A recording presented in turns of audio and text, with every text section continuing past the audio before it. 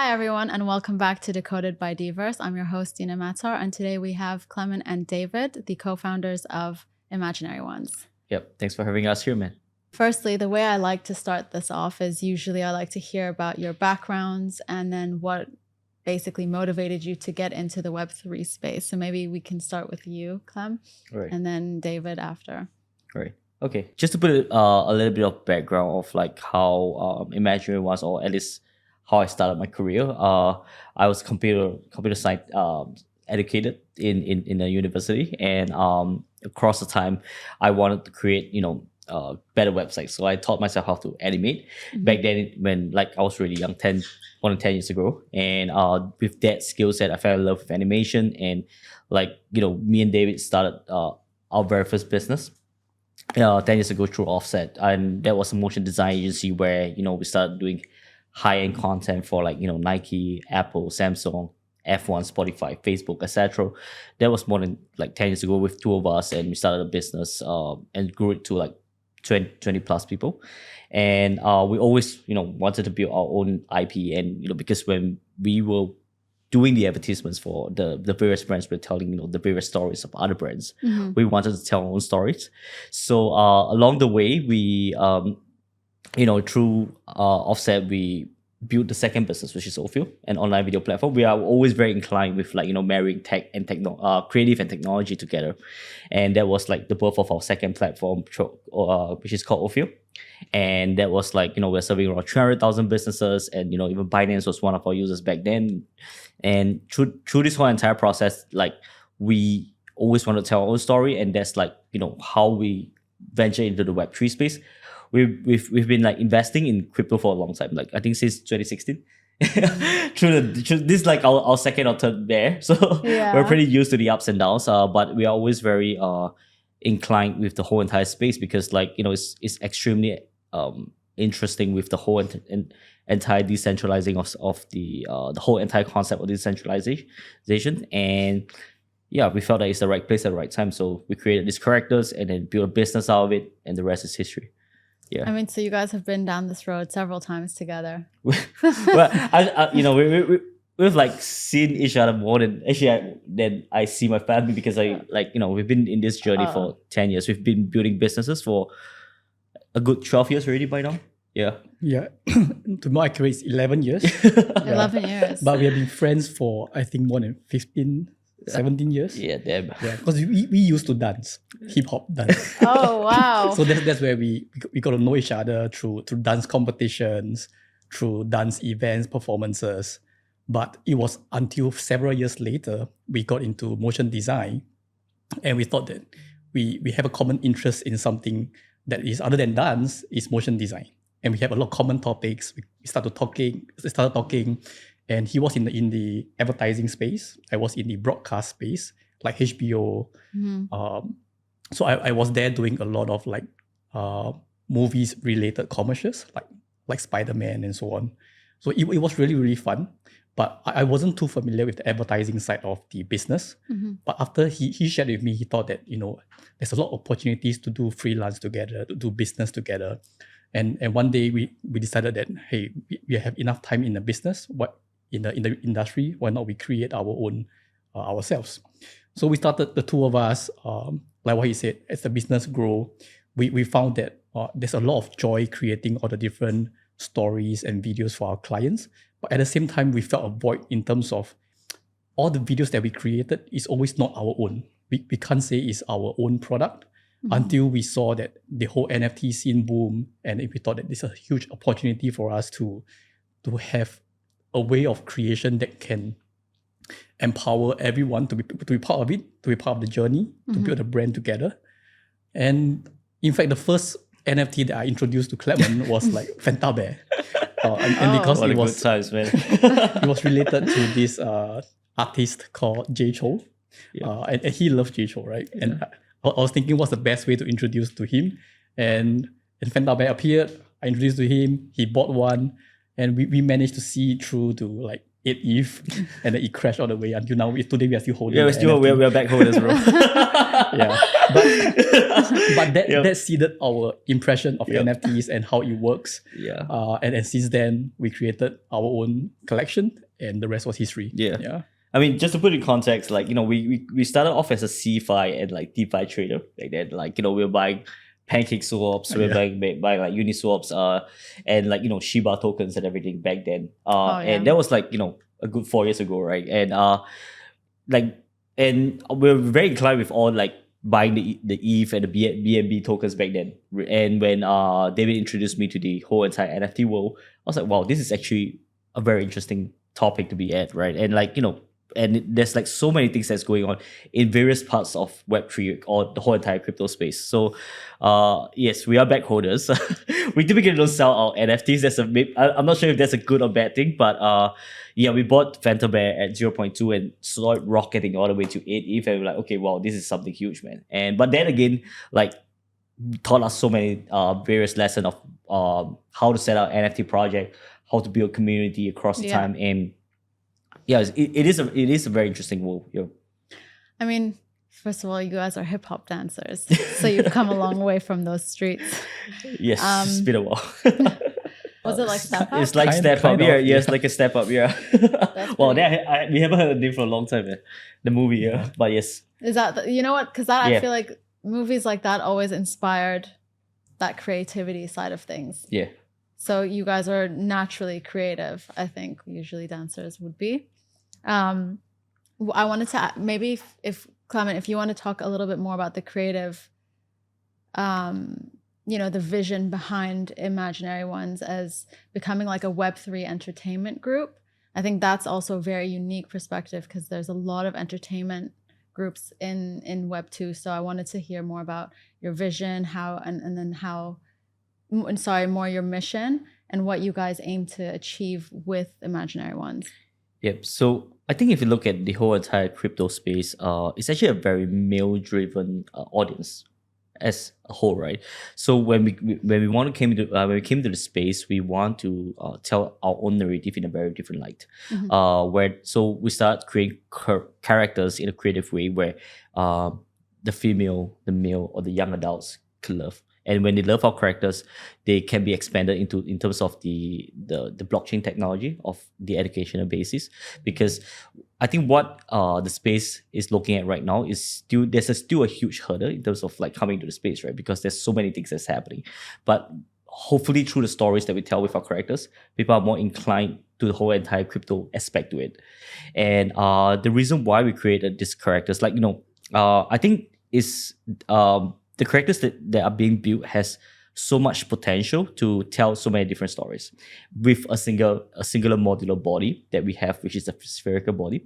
If you look at the whole entire universe that we're trying to build, like, through Imaginary Ones, through Bubble Rangers, through Bubble Rider, there is so many things that could be sprout out of this whole entire the vibrancy of the colors, the cuteness of the characters and everything. So how I see this as a huge IP entertainment company is like, we are going to focus a lot in film, games, and merchandise across like, the next couple of years, right? And I always don't believe that, once you launch an NFT project and then we call it IP. I think it's still an early phase thing, and it's just something that has to be built across time. You have to prove yourself again and again with different various products that you built. So with launch games, we're coming out from merchandise. We have partnerships that's happening. We have like, our YouTube channels for like Imaginary Juniors and stuff. I think there's multiple pillars. And to be honest, I think Imaginary Ones is still at the very early phase of what we are trying to achieve. But I think across the years of like, since we've launched like close to 2 years, we've managed to hit multiple milestones. They are the strong foundation of what a strong IP should be. Yep. Yeah. With the I mean, I've seen you guys do have a lot of like the IPs. You've got millions of plays and views across your games and the Imaginary Juniors. What is it about, like, can you maybe elaborate on like the different sort of aspects in which people can engage with Imaginary Ones? Because you've already seen so much success in the last 2 years. The milestones that have been accomplished are quite significant. But there's still a lot more to come, right? So in terms of like the end users, so for the audience that's watching, whether they're Web3 native or not Web3 native, different age groups, what would you say, how would you kind of explain like all of the different aspects and where they can come in? Because I do know that you have a lot of different strategies to incorporate, parents and, like there's a lot for new parents with kids, like to create stories. There's a lot that you guys are building with the brand. So can you maybe elaborate on like those different say utilities or? Right. Do you want to answer this or you want me to do it? Can you go on? Okay, sure. Anyway, I will add on. we cut it. Okay, but anyhow, yeah, I think it comes in a space where people come to recognize the brand in various aspects, right? It could be through the content route, could be loving your merchandise, or could be loving a game. So, but everything has to be pointed and directed to a single IP, which is imaginary ones that we're trying to build here. So, through the games that we build, we may be able to target like a certain age group through the kids content that we have for Imaginary Junior is actually much younger. And then, through the merchandise, we are actually opening up to a bigger group of users.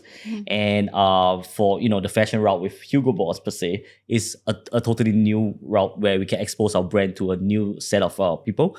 But I think at the end of the day, what we're trying to achieve here is to create mass recognition for the brand through various aspects of things that we build. I wouldn't say that we are trying to point to say gaming is something that we are definitely focusing on at this current juncture. But of course, the other pillars itself has its own beauty in terms of like spreading the IP out to various age groups and people out there. To touch on like some of these partnerships and collaborations, what is where do you guys? What's your vision? Because you guys have already incorporated Hugo Boss, Samsung, other brands as well that I won't mention just in case. With what is the end goal for you guys with integrating with all of these consumer brands? Yeah, I think for us, after we mint our NFT, the first 6 to 9 months was really about a period of experimenting what works for growing the brand. And in the process, we also have brands like Hugo Boss that came to us and thought that, well, why not we create something together? And after several conversations, we decided that, well, it's going to create a win-win situation because our goal is really to enable the brand, to enable more people around the world to get familiarized with Imaginary Ones as a brand and also Web3 as an ecosystem. So we found that collaborating with consumer brands like Hugo Boss is really going to accelerate the whole process in that angle. So immediately we thought that, Hugo Boss can be one. We can also partner with several other brands that could really trigger a win-win situation for everybody. So that's really our angle. We want to make sure that the experience is very seamless, not just for the Web3 people, but people all around the world. Yeah. And working with consumer brands becomes a very, very natural progression for us. Yeah. So what are some of the, let's say, wish list partners that you guys have? Who's like the dream, if they were to watch this, and you would want them to hear about it? Who are the, I'd say, the consumer brands that you guys would want to most collaborate with? Yeah, I mean, I'm just going to throw names out. Yeah, so there's no speculation, right? Yeah. No speculation. I think I'm a huge fan of Iron Man, right? Iron Man? Yeah, Marvel. Marvel. Iron Man. I love Marvel. Yeah, so I mean, it would be a dream for me to do stuff for Spider-Man or Iron Man someday. Yeah. Okay, Disney, I hope you're hearing this. And Right. what about you, David? Who's on your wish list? I think similar, like Marvel has been our childhood heroes. It's always some characters that we would love to work with. But I would love to work with brands of different verticals. So like food and beverage can be one, fashion can be one. Yeah. All kinds of industry. Because I think my team really love to experiment with different ways of executing the brand that could really enable people of different walks of life to know about our brand. So I think we are very open to brands who are interested to enter the Web3 or interested with Imaginary Ones. And we will always try to explore synergies that we can both have a good partnership. Yeah. I mean, for who does the creative design? Who is going to design those characters for them? That's the question, because they're very cute. So I can't imagine who would be doing the Iron Man versions. Yep. Is that your team? Initially was like, the characters were all created by me, and then once the whole entire collection came to be where it is, now we do have a team. Imaginary Ones is 22 men strong. So we have a creative team, we have the partnership team, the marketing team, etc. So I do I do put in some of the creative input, and sometimes I do create if I have time. Else, it will be the team creating these characters for Barber Rangers or some of the Imaginary Ones posters, etc. Yeah.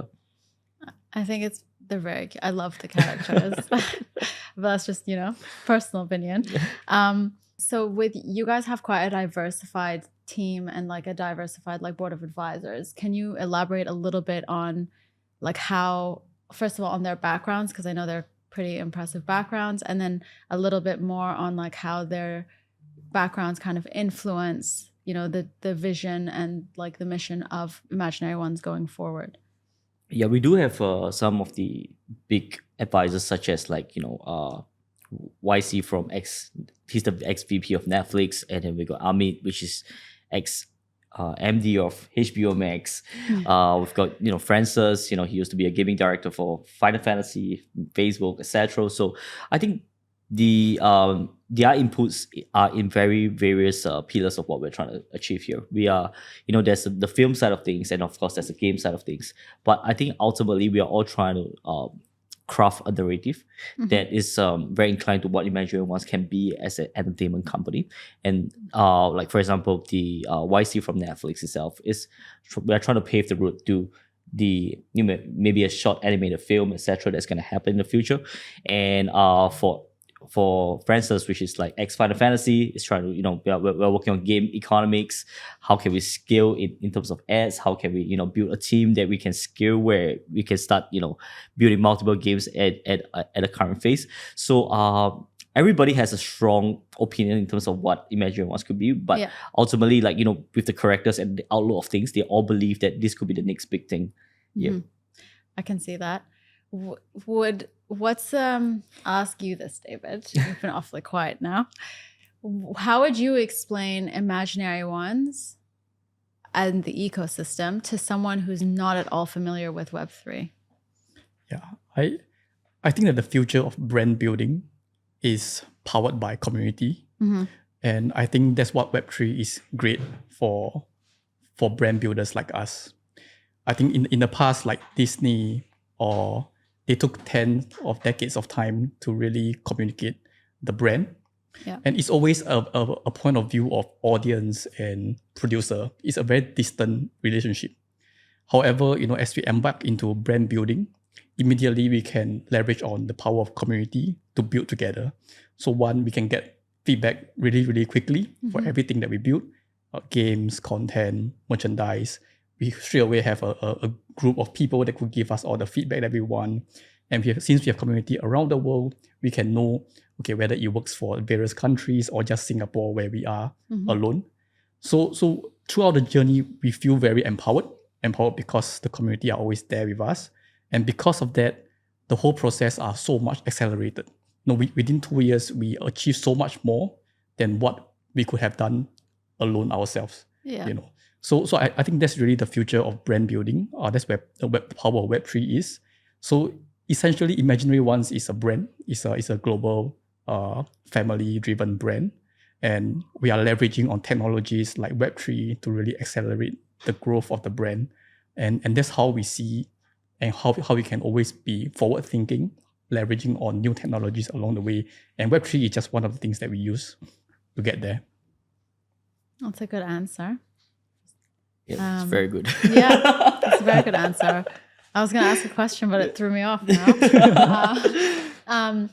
So within the pipeline, what I want to know is, like, as a fan myself, what can the fans of Imaginary Ones expect from you guys in the next, let's say I don't know, over the next 12 months or within the roadmap? Because my one question, this is my own question, is you guys are professional dancers. So is there gonna be something that comes out like that? You've mentioned that there could be like a movie of some kind or something like that. Would there be something in relation to dance? That is your background. So We experiment that Yeah? before, It like didn't turn out that well. It's all. Yeah. But yes, we do have like multiple experiments in terms of how imaginary ones can portray itself, right? Through the Yeah. film side, through the game side. And like I think in the short term, like there's gonna be like the token launch is something that everybody's is in everybody's mind, the Bubble token. But what is beyond that is definitely like, the three pillars that we're gonna focus on as an entertainment group: Mhm. the merchandise, the film, and the game. So I think that our recent partnership with IMAX, that's going to play a huge part in terms of how we're going to scale our games, making them on chain, etc. Mhm. And then of course, like we've been like experimenting with like the start of how an imaginary one's film could look like with the trailers that we've launched, and the merchandise. Like I think everybody saw sort of like a trailer of like actually a glimpse of like some of the characters, like the chicken characters, etc. So Yeah. I think for the next like 12 months, etc., you could start to see a huge growth in terms of the brand, right? Definitely we'll start expanding the team first to sprout out into the various pillars to grow them faster, and yeah, you can expect a lot more that the bubble tokens has much more utility that can power up the whole entire imaginary world, where it can be used with multiple aspects of our things that we want to build across the time. Yeah. And are you guys planning to launch like a lot more games as well in the process, like during this period? Yes. For games wise, like we've launched 2 games, Bubble Rider and Bubble Ranger, and people have it has garnered massive traction because Yeah. of the characters and the hype behind this. So I think for us itself, right now we are at a stage where we're thinking like how can we create to build the open world where we can start scaling in terms of games that are in this world, and how can we connect the Web2 world and the Web3 world through our imaginary world per se. Mhm. So at this current phase, yes, we are going to build more games, but can it be built in this imaginary world at a very different level? So I think right now we are still at the discussion phase, like how can we start scaling in terms of for this gaming world versus like diving deep into building and building and building first. It's better to start planning and get things right first before we start scaling. Yeah, that's how I see it. Yeah, I guess that makes sense. I mean, Yeah. we are in that phase now. So one thing that I think would be great to hear from you guys directly about is your Samsung partnership. I know this will be out after. Right. So let's talk a little bit about like what the vision behind it, this partnership was, and what you guys are hoping to achieve through this in the long run. Well, this is he's more familiar with okay. this. So we started talking with Samsung for more than half a year already, and like we've been like they're very interested in the whole entire bubble world or imaginary world. So what we are actually working on towards is like we're trying to explore how these 2 brands have strong synergy in some ways, and definitely in what we found that it's like we are very inclined in the game side and the kids content, and these are the 2 potential partnerships that we are actually talking in terms of like how we can scale our Bubble Rangers or Imaginary One's character through into the Samsung realm or through the Bubble realm, right? So at this current phase, we are like this the partnership itself is just started, and it has Yeah. like so much potential, similar to what we've been doing with Hugo Boss, building the metaverse and all the games and all the products. So I think the possibilities are still pretty endless in my opinion. Mhm. But yeah, I think to nail down in terms of like where we are definitely going towards is definitely content and gaming and merchandise. I keep saying that, but yeah, these are all the 3 I mean, pillars here. yeah, there's a lot. You guys have a lot of moving parts within the ecosystem. So I feel like with Samsung, they can kind of almost plug and play into any part of it. So I'm very curious to see where that will go. Is there anything I'm missing here?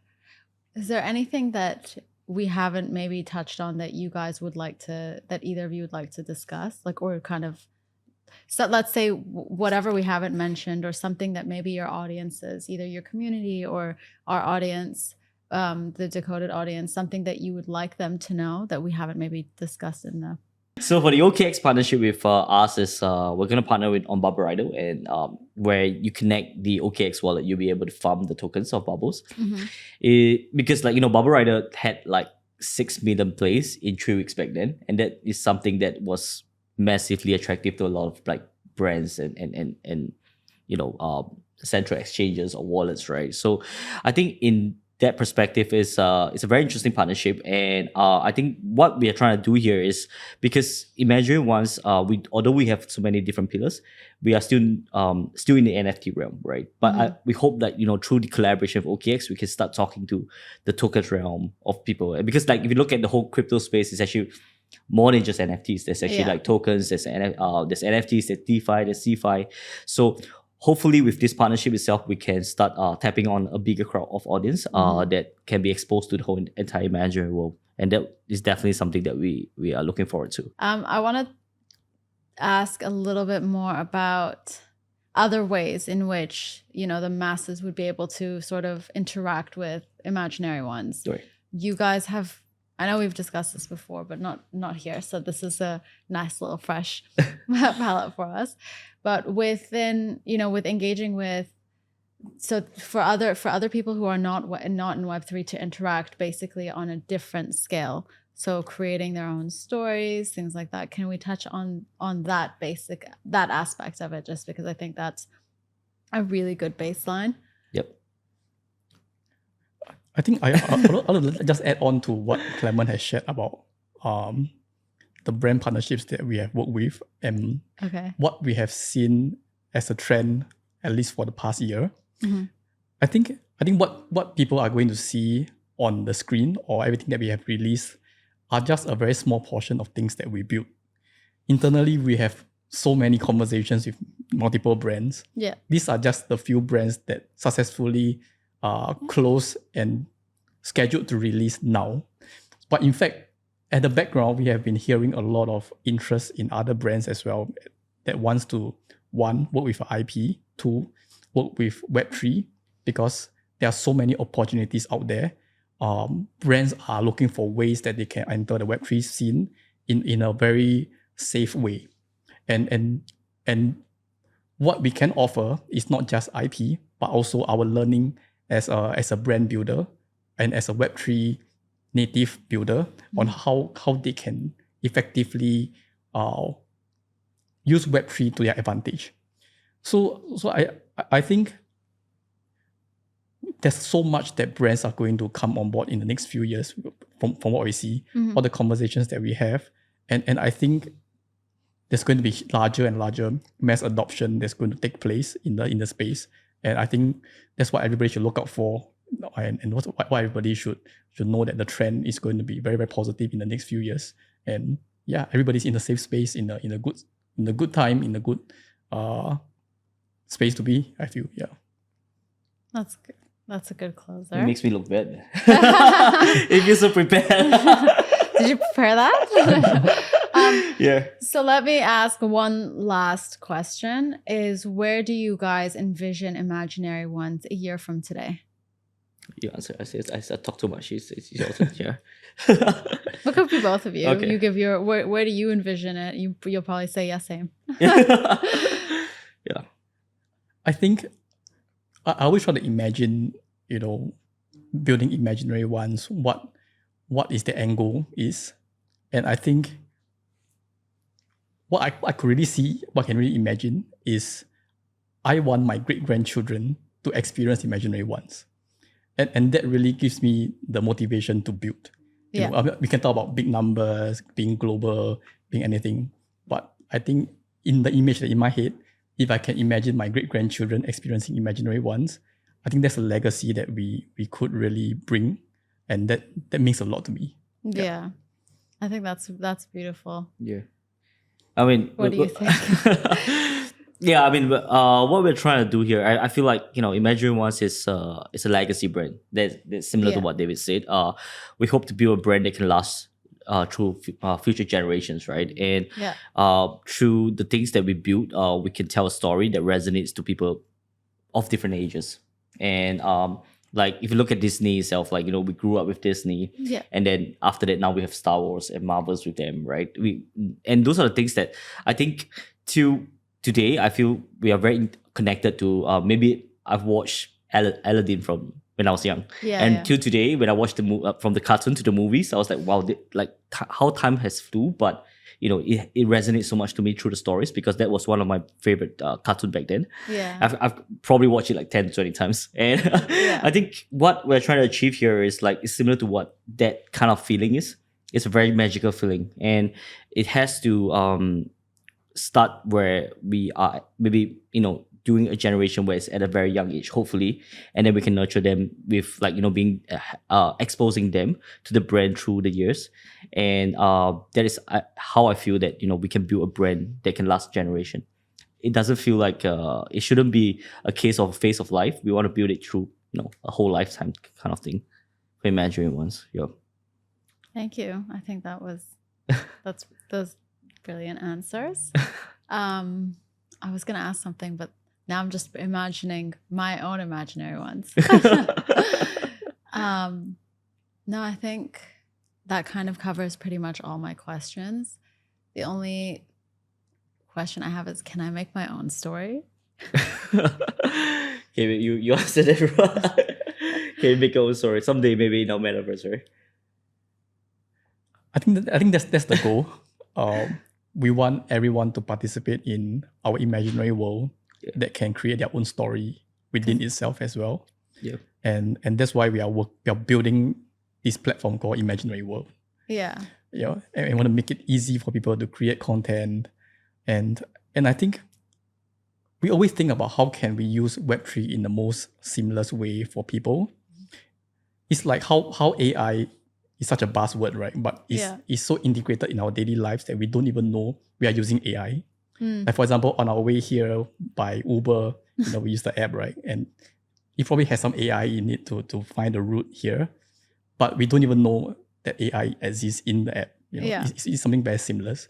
And I think for us, that's the same thing. We want to see Web3 as a very seamless experience within our games, within our ecosystem, within our merchandise, and because ultimately consumers, you and I, daily people, they are just relating to the brand, and Web3 is just a layer behind that powers the whole thing. But it should be very, very invisible, I agree. And that's really our goal for the whole brand building process.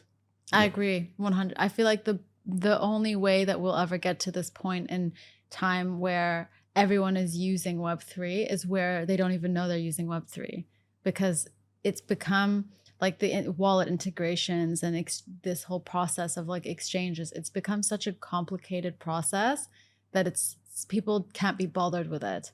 We work and live AI Web3, right? So it's a bit like it's our life at this point. So we can't we'll never get away from it. But for someone, even my friends that are not in Web3, when I try to explain it to them, it's just, I get tired of explaining it.